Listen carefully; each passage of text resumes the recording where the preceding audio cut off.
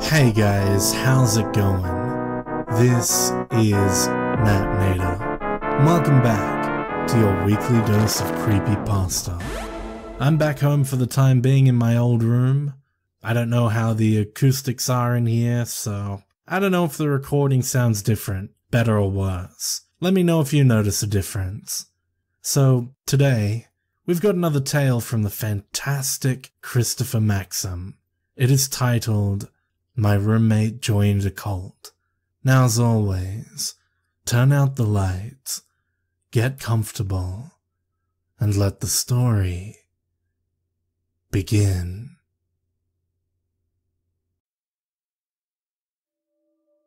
I'm a student at Bridgewater State in Massachusetts. I share a dorm with my roommate, Wallace.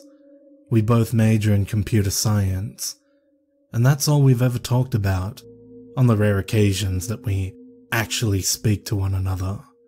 We don't have much else in the way of common ground. You see, Wallace is an odd guy. He's very socially awkward and doesn't have many friends, if any at all. I've only ever seen him talking to his professors, and one time, the janitor. It's safe to say that Wallace is a recluse.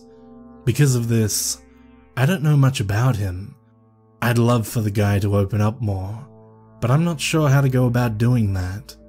Besides, I have enough on my plate as it is, between exams and the struggle of day-to-day finances. As cliché as it might sound, ramen is a popular meal on campus. Another one of Wallace's quirks is his obsessive-compulsive nature.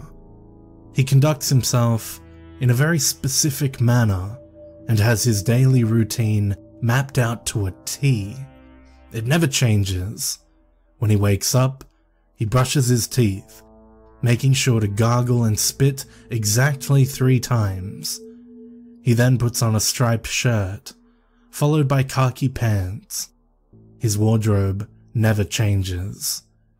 He always arrives to class 5 minutes early and turns in his assignments a day before they are due. This is how it's always been. How do I know all this? Well, being a socially awkward hermit, Wallace didn't tell me these things.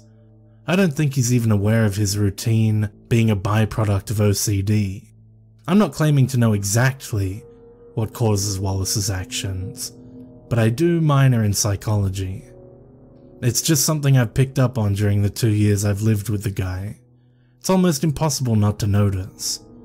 Knowing Wallace's usual behavioral patterns, I noticed something that wasn't quite right. He began sleeping in his clothes, not brushing his teeth, and not passing in his assignments on time. Eventually, he stopped sleeping in our dorm altogether. After a day of not seeing him, things started to look grim. Despite not knowing Wallace all that well, I became worried. Depression and suicide rates are at an all-time high for our age group. I didn't want the poor guy to do something stupid. That worry justified me hacking into his laptop to see what he'd been up to. It was the only thing I could think to do. In finding his laptop and turning it on, I felt like a fool. The thing was as clean as a whistle, at least to my eyes. You see, though I pride myself in my tech know-how, Wallace is far more adept in the field. It was safe to say that I wouldn't find a shred of evidence as to where he might be or what he'd been doing. No journal entries, no browsing history, no nothing. Feeling anxious, I thought about any other potential ways to continue my hunt for the truth, and that's when something clicked. Like I said before, I sometimes saw Wallace talking to the janitor in the halls. He was the only person I had ever seen him speak with at length. It was possible that he would know something about Wallace's state of affairs. Later that night, I exited my dorm and wandered the halls. Eventually I found Chuck, the janitor. I tried to be gentle when confronting him, as he had his back to me and was known to be hard of hearing. Still, when I tapped him on the shoulder, he jumped. "Holy cheese balls! You nearly scared me half to death." Chuck laughed through his bushy grey mustache. "What can I do for you, son?" I told Chuck about my predicament, and how I was concerned for Wallace, having not seen him in a while. Chuck's happy expression transformed into a look of unease and tension. He seemed to know a bit more than I did. "Well, here's the thing. Wallace is a good kid, and we do chat from time to time. I happen to know where he might be, but I wouldn't feel comfortable blurting out the details of his social life to anyone who asked, even if you are his roommate." Social life? Wallace didn't have a social life. I pressured Chuck into letting me in on the secret. I really laid it on thick, expressing a great deal of concern for Wallace's well-being. Being the nice, old janitor that Chuck is, he eventually gave in. Okay, I understand. Just please don't tell him that I told you, okay?" I nodded, eagerly awaiting for him to reveal Wallace's whereabouts. "Wallace has been feeling really down lately. He's got no one to talk to but me.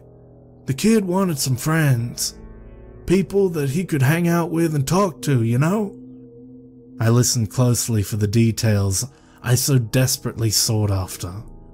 "So, Wallace went on something he called, what was it? The Deep Web. On there he found a group of people. They called themselves the Clan of the Red Wolf or something like that. They invited him to one of their meetings. That's probably where he is right now. He seemed pretty excited when he told me about it. In fact, it's all he's been talking about for the past week." There. That was it. That was the bit of info I needed. The key to finding Wallace. I thanked Chuck and gave him a good night wave as I ran back to my dorm room. From the sounds of it, Wallace got himself involved with another group of people who share in his interests, and eventually, they invited him to hang out in real life. I had their quirky name, the Clan of the Red Wolf, and that's all I needed to find them on the deep web myself. Soon enough, I'd be able to find my missing roommate. It took quite a while, but I finally managed to find a deep web forum pertaining to the so-called clan. It contained nothing but a description and a series of videos. Here is the description as it appeared on the site. "Welcome to your new belief system. We are the Clan of the Red Wolf, and we're here to help. There are 7 educational videos on this site, each tailored to a specific belief that we want to share with you. You are asked to watch these programs to understand our doctrine. If you make it to the last one, you will be invited into our den. Good luck." The summary was bizarre, but nothing less than what I'd expected. Scrolling further, I noticed that all of the videos were titled similarly, Day 1, Day 2, and so on. Naturally, I watched them. The whole series reminded me of old war propaganda. It was made in the style of a vintage cartoon, starring a wolf as the main focus. Not a normal wolf, but a cartoon caricature version of one. Picture a character similar to Wile E. Coyote. In each video, the wolf learned a new clan value from the campy, male narrator. Not unlike old cartoons, the wolf comically goes against the narrator's wishes and suffers the consequences before learning his lesson. Every video ends with the narrator saying, "Join the pack. You never have to feel alone again." I guess that was the selling point for Lonely Wallace. I'll share with you a bit of the transcript from each video, along with any points of interest. Video 1. Wildlife. Treat flora and fauna with dignity and respect. They're people too. Trees provide you with the air you breathe, and animals share the earth with you, keeping you from being alone. They deserve more than you ever will. Wolf relieves himself on Tree. Tree falls on top of him, crushing his head and revealing the blood and brain matter inside. Video 2. Thicker than blood. Your blood is the most important material in your earthly vessel. The clan requires a sample upon joining our order. This is a requirement for all pledges. Our blood must flow as one for us to work together and save the planet. Wolf enters a room full of cloaked figures, presumably clan members.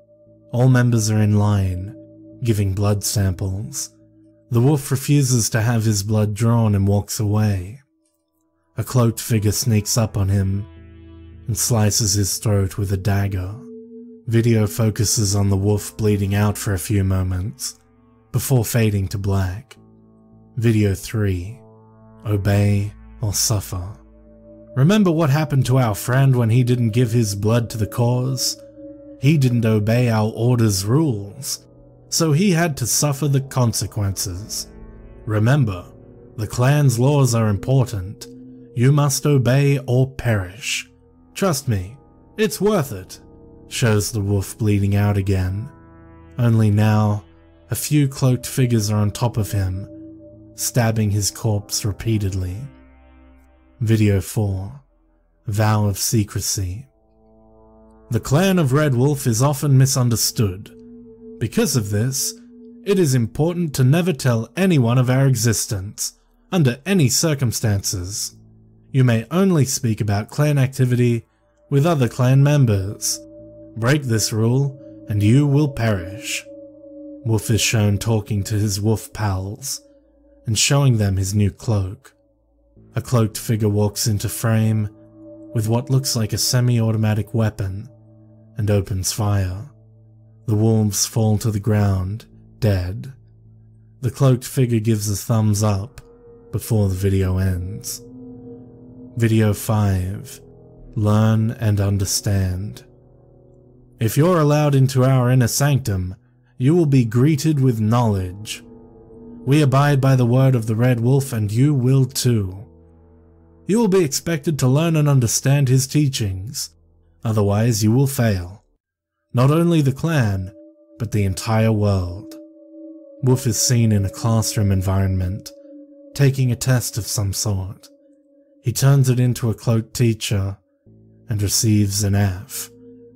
The entire class points and laughs at him, and then pulls out a plethora of medieval weaponry from their robes. They then proceed to close in on the wolf. The wolf swallows the lump in his throat before the video ends. Video 6. Tasks and Rituals. As a new recruit, you will be asked to carry out various tasks, ranging from the mundane to the fantastic. Most of these missions will involve fetching ingredients for our rituals. As boring as that may sound, it is the most important thing you can ever do for the clan. Rituals are what give the clan power.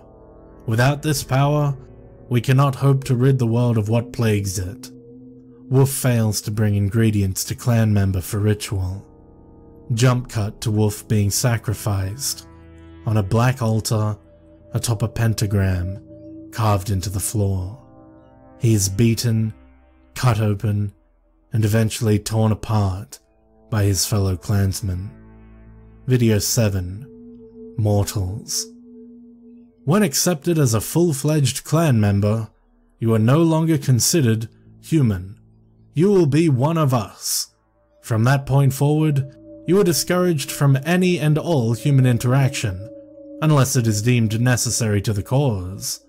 Humans are vile, filthy, disgusting, and dangerous creatures. We seek to exterminate them once and for all. Any human who knows of our existence and isn't deemed worthy enough to join must be killed. Nature is your only friend. Wolf is walking down a main street-like environment and can be seen waving to everyone he sees. he comes upon a clan member, who then pierces his gut with a long blade and tosses him aside in the road, where he is then run over by numerous cars. The content of the videos was incredibly jarring. I almost couldn't believe that such a cult could actually exist, let alone that Wallace would join them. He must have been really lonely. The last video exited with the same "join the pack" spiel, and then faded out to a screen with a series of numbers. I assume this was my invitation into the den, perhaps an encrypted set of coordinates leading to the clan's lair. That, I thought, must have been where Wallace had gone. I wrote down the code and immediately started doing some research to begin cracking it. Just as I was in the thick of things, something hit me. One of the videos stated that you couldn't talk to anyone about the clan under any circumstances, but Wallace talked to Chuck. That didn't make any sense. Wallace was a stickler for the rules. Another fact hit me. The video stated that you could only talk about clan activity with other clan members. What if Chuck was one of them? Chuck could be stationed at the college to recruit members, and he simply nudged Wallace in the right direction. He could have been playing dumb with me when I questioned him. So either Chuck was a Klansman, or Wallace broke a cardinal rule. Neither theory held much water. If Chuck was a member, then why would he have told me anything without either recruiting or killing me? And if Wallace was so eager to be accepted into a strict cult, then why would he disobey their wishes? I couldn't make much sense of either angle. I eventually gave in to the notion that perhaps Wallace simply disregarded the rules in lieu of his excitement. He was finally going to have friends, so he had to tell someone. This didn't completely sit well with me, but I had to get back to cracking the code. I didn't have time to dwell on uncertainties. Just then, there was a knock at my dorm room door, followed by a voice. "It's Chuck, the janitor. I'm here to tidy up your room." Chuck never cleaned dorm rooms. That wasn't part of his job. "I'm all set," I yelled, hoping he would leave me be. The knocking ceased. There was a long stretch of silence, followed by a soft, metallic creak. The doorknob was turning.